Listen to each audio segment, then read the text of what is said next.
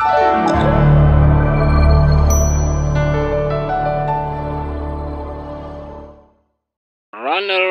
masoya ta duniya, ranar auren Sayyida Khadija salamullahi alaiha da manzon Allah sallallahu alaihi wasallam.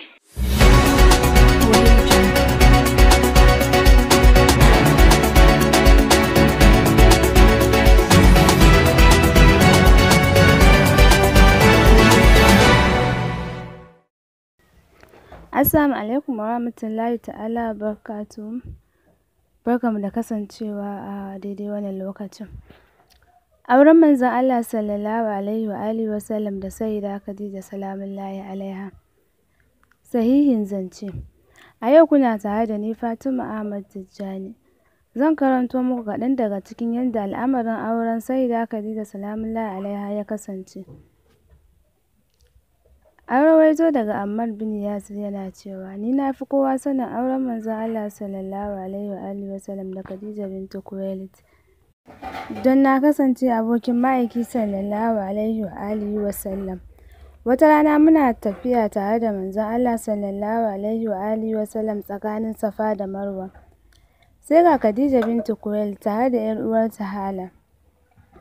Lokacin da suka ga manzon Allah sallallahu alaihi wa alihi wasallam sai Hala ta ja ni gefe ta ce min, ya Ammar, shin abokinka ba shi da buƙatuwa da auren Khadija? Sai na ce mata, wallahi ban sani ba. Sai na koma na gaya masa. Sai ya ce min, koma ka sa mana lokaci da za mu je mu gana da ita.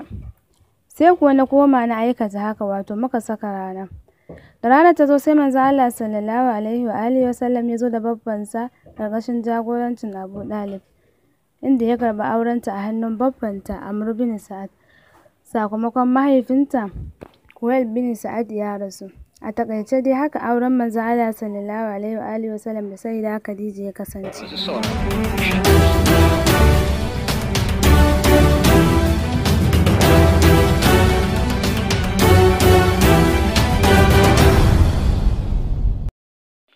Masu sauraro, barka da dawowa daga hutun takaitaccen lokaci.